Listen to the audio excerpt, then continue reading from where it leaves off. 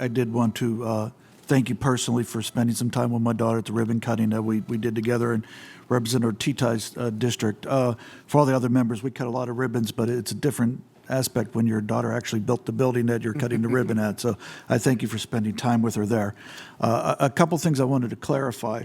First off, I heard a little bit of discussion about the film tax credit and maybe not being so happy with the results. I did want to remind everybody that that was a calculation that was performed by the Independent Fiscal Office based upon accepted principles in calculating return on investments, and it was voted on by everybody on the board, which was a unanimous vote, including the budget secretary.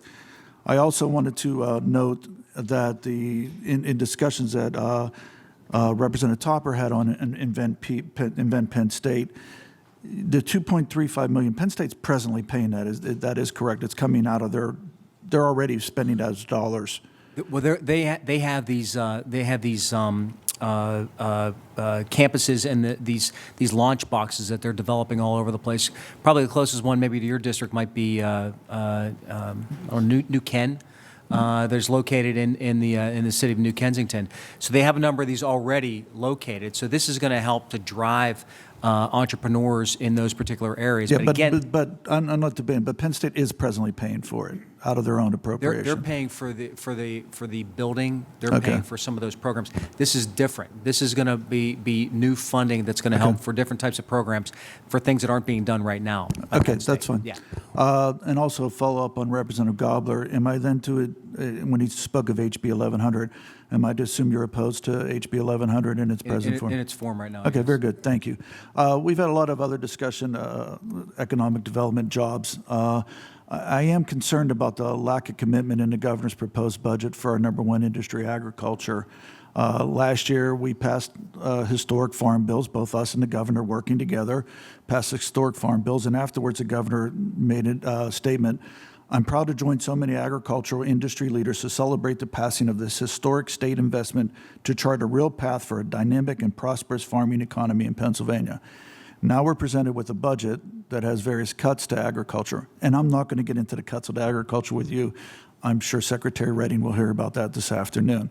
But there is one that I did want to talk about, and I really think it is related to economic development, and that is the key proposal by the government to raid the Horse Race Development Trust Fund to create a scholarship program.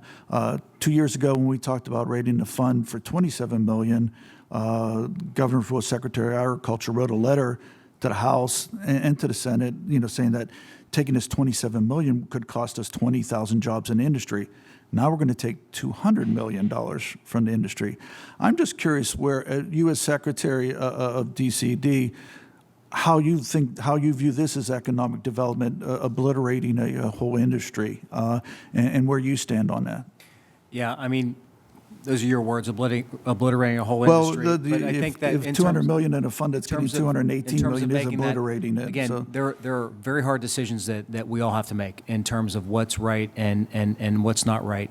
In this particular case, I am extremely supportive of trying to do what we can to help our young people better themselves and get an education. And it is increasingly more difficult for our young people to get a good quality education, to pay for it, and not be saddled with debt for the next 10, 20, 30 years in some cases. I think we all agree with that. For those young people to be able to buy a car, for those young people to be able to buy a house, to start a family and things like that, things that we're seeing that they can't do because they're settled with all this debt.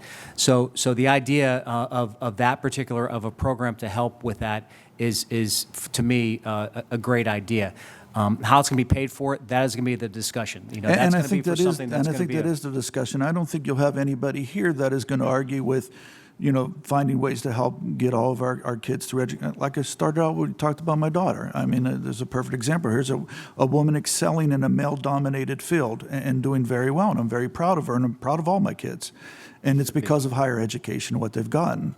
And so I'm not complaining about the plan to spend $200 million for a scholarship program, but the cost the cost of destroying an industry is somewhat, I think we need to vet a lot further. I'm just curious where you stood on that. Well, that's the discuss. Like I said, I mean, that's the discussion that needs to be had. You know, what the impacts of that particular industry are going to be as a result of this, and I think that's a discussion that, you know, the legislature is going to have with the governor's office, budget secretary, the budget folks, on what exactly that means. We'll be brought into that.